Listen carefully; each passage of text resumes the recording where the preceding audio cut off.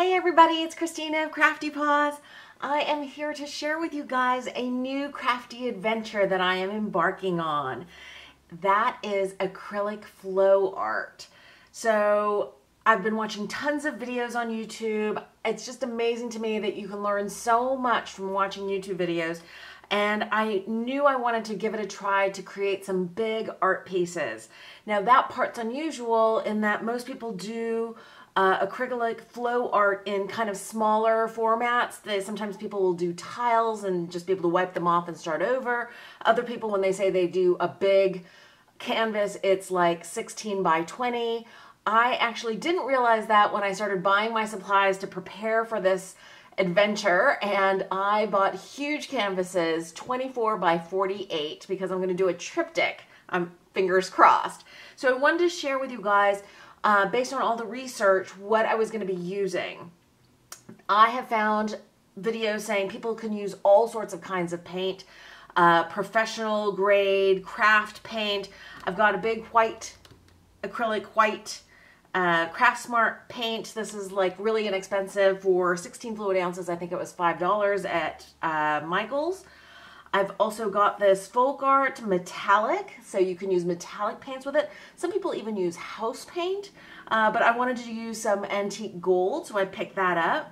I also saw that somebody used glitter paint, so I picked up this Martha Stewart glitter. It's got like super fine glitter, and I picked up a Florentine gold.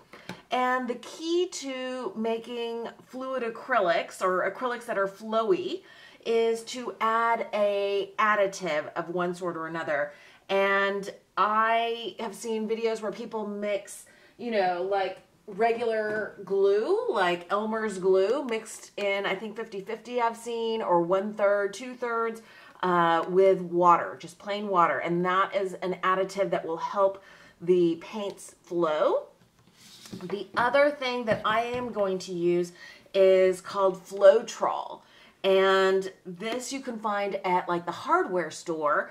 And I picked this one up at Lowe's. My Home Depot stopped carrying this a few months back for some reason, but Lowe's still carries it. And I think this huge gallon size bottle was just over $13. So really good additive, and people mix this additive with about 50-50 paint or 2/3, 1/3 paint. One of the other additives that I've seen people add is silicone, or some people use like 99% or 70-something% alcohol. And this additive, you can also find it like in some hair products, but I found that a lot of people use silicone that's meant to lubricate treadmills. So I have this actually already in our basement. Should help create lots of those beautiful cells that you see on fluid acrylic art. So these are the canvases I'm going to be using. They're really large. They're 24 by 48 inches. You can see here. I'm going to be doing 3 of them. These are the Artist Loft Level 3. That's the professional level that you can get at Michael's. I'm using these to-go containers, the little leftover containers in the corners, to prop up the canvases so that they are off of the floor, which I've got covered with a couple of tarps. There's a big blue tarp that you can see I've used many times, and then this is actually a plastic picnic cover table, but you can just use, you know, whatever you have on hand, but make sure you cover your floor area. And you can get a sense of scale here by looking at Bandito. And then I'm going to be using some white gesso to prep all of the canvases.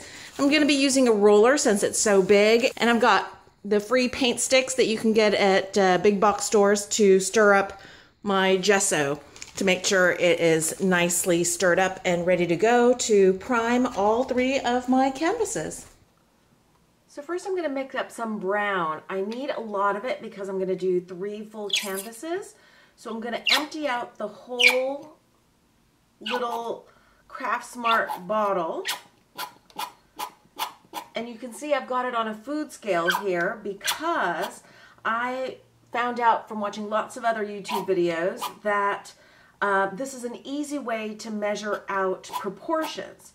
So if this is 1.83, I want to add Floetrol in double this amount. So this is my Floetrol. It says to shake it well, and if I'm going to add double this amount, it should be at like 5.49 when I stop. Oh, I went a little bit over, but that's okay. I'm going to just spoon out some of the Floetrol. Actually, I decide I have a little bit more brown paint left in this bottle, so I'm going to squeeze out whatever I can. And this is not an exact science, so good enough is good enough. It's a matter of mixing this. I have some chopsticks. People use craft sticks just to stir this up, and I want it to be fully mixed in and have a very liquidy consistency. They say it should be like pancake batter. It's a little bit goopier than that, so people have said add just a few drops of water. So I've got a little water container here. People generally recommend distilled water. I didn't have any, so I have filtered water and this little pipette. And I've just added 5 droplets. I'd rather add a less than too much.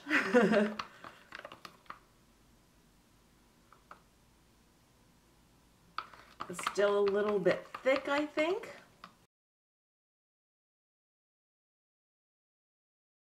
And people also said, even with the same brand, different colors have a different viscosity or thickness. So you kind of have to go by feel. And I am totally new to this, so we'll see how it goes. But I think it still might be a little bit thick. But I love how that color has totally stayed true. I don't think the Floetrol lightened it at all. I'm just going to add some more water. This is the first time I'm doing this mixture, so I'm adding water just a little bit at a time, but you could probably add more like a squirt rather than little droplets. And here I'm adding some silicone. Again, I'm going light on it, but I think overall my mixtures had about 5 to 8 drops of silicone. And oddly, it feels, you can't see it in the video probably, but it feels like it got a little bit thicker just with those few drops of silicone.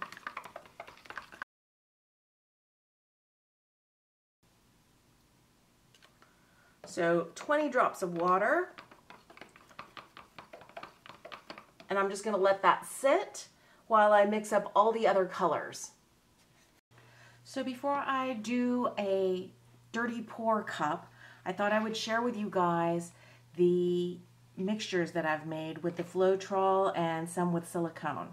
So the glitter paint that I use, this is the Martha Stewart Florentine Gold, and I just mixed this up with the Floetrol, no silicone, because I didn't want more cell formation in the glitter portion.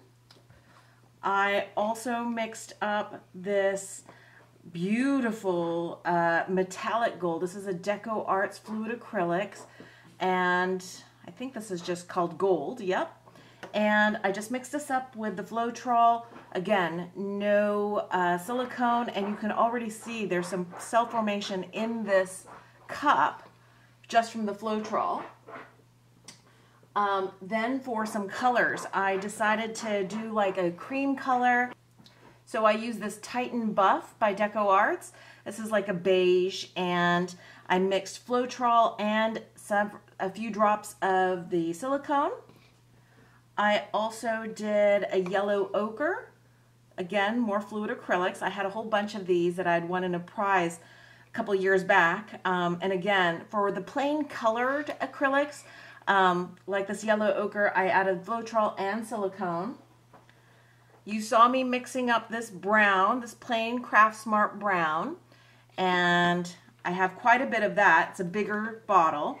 I emptied out these smaller bottles because I'm doing such big canvases. I also mixed up a little bit of red, not so much here. You can see there. This is a Pyrrole Red Deco Arts Fluid Acrylic, and it is a true red. I mean, I think the camera might be showing this a little bit orangey, but this in real life is like a true vibrant, more with like a blue undertone red that I love. If I could find a lipstick in this color, I'd be ecstatic. And then I mixed up a ton of this white, and that's just that Craft Smart white.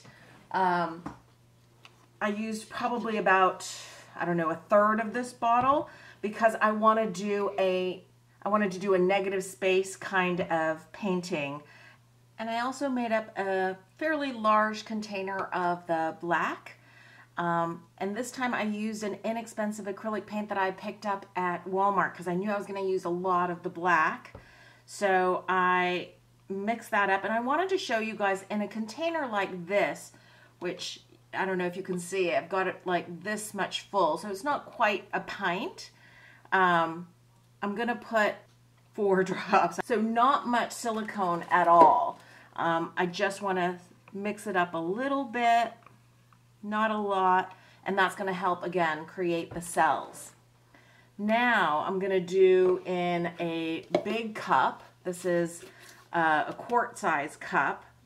All of these containers, by the way, are from takeaway containers from restaurants. But you know, they work just fine. If you don't have a whole bunch of these stashed away like I do, you could use, you know, the big red plastic cups or little small cups if you're going to do smaller pours. I'm going to start off with a little bit of the white,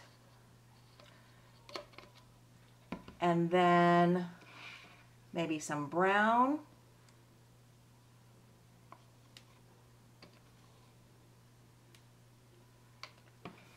then some of the buff,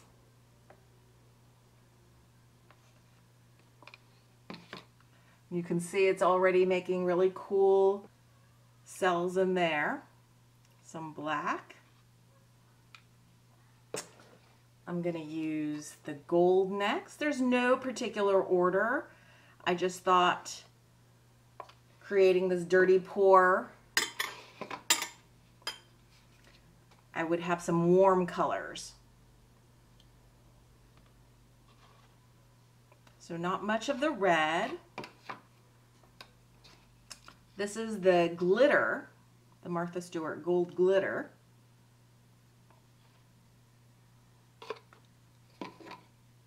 Next, the yellow.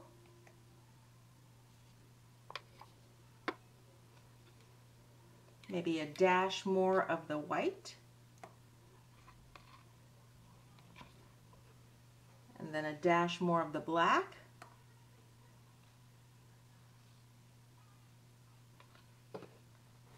I'm going to do one more round. I'm not sure how this is going to turn out, but my thought process for doing a couple rounds of each of these colors in kind of smaller quantities is that maybe what would happen is that as I do the pour, there will be kind of thinner striations of color with these smaller amounts of each pigment, and that it will, as it spreads out, create kind of a more delicate acrylic pour. Now I'm trying to do a negative space canvas. So first I'm pouring out my white paint Floetrol mixture all around the edges. And I'm taking like an offset spatula that is used for baking. I just had this in my kitchen. And I guess it's akin to those small palette knives that people use for, you know, regular painting, but I wanted something big because this canvas was so large, and it turned out this baking spatula worked perfectly to spread out this white. But as I'm going through and I'm trying to get to all the corners and all the edges so that it flows off the edge of the canvas, I wanted the sides to also have this white for the most part. I realized I don't have enough white paint.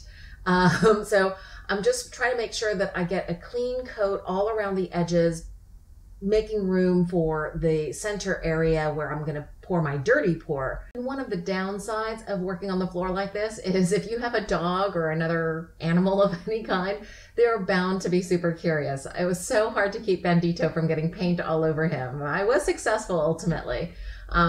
And here I realized I really need more paint. So off camera, I make another full pint size of white Floetrol and paint mixture, and I'm spreading more of that out, going more towards the center. And I just want to, again, make a smooth coat so I know that the white will drip off the edges of the canvas so that the sides get a coat of paint as well. Now for the flip, so exciting. And then I'm doing a drag technique. And it looks kind of like a hot mess right now. I'm getting all the little drippings out of this pint container or quart container, and I'm just dripping out as much as I can of this paint. And you can see the formation of the cells, and I'm getting closer to this colored area with the leftover white, and I'm gonna start tipping. This is so exciting as the paint spreads and forms all these cells, and it takes on a life kind of its own. You know, acrylic pours is not for people, I think, who need a lot of control, for people who are super detailed. It actually goes really counter to my personality. I am very OCD in most cases, but I just wanted to try this so badly. It's been so fun watching all these videos, and actually then to get to try to do this for a commission piece was just so cool. Now I'm tipping from each direction. You can see that I've still got the canvases propped up on the little smaller pint size to-go containers, and I've got the tarps there, luckily, because now the paint is going to start pouring off of the edge. You can see the drippings there. And I did want most of the canvas covered with the dirty pour part of this project. So I wanted more color going toward the right side of the screen. As you can see, that's going to end up, I think, being just the right side of the canvas, because I think I'm going to be installing this so that this is on the bottom. Basically, I am trying to do kind of neutral colors here. These are all kind of earth tones. The lobby space where this is going to go is all done kind of in neutral colors, very earthy colors. So I wanted to kind of not fight against that with this first painting. I mean, this is so cool watching this paint oozing across the canvas. And I think this would be much easier if the canvas was smaller and I could get around the whole piece. But I'm just tipping from one side to the other. You can see all of that white pour paint just pouring off the sides there. And I'm just propping this up now to keep it all level, so that I'm just gonna set this aside at this point and let this spread out. So here are a few pictures of this acrylic pour dried. As you can see, there's lots of striation, just as I had hoped for, and I actually really like the sparkles from the glitter paint as well. There's some good cell formation in this, but I still needed to wait for a few more days for it to fully cure before I tackle the removal of the silicone and for the varnishing. So that will be in a part 3 or 4. I'm gonna post another video sharing 2 more huge canvas acrylic pours, and I hope you guys enjoy this little series. I'm having so much fun with this. If you enjoyed this video, please give it a thumbs up, and I hope you guys are having a wonderful crafty day.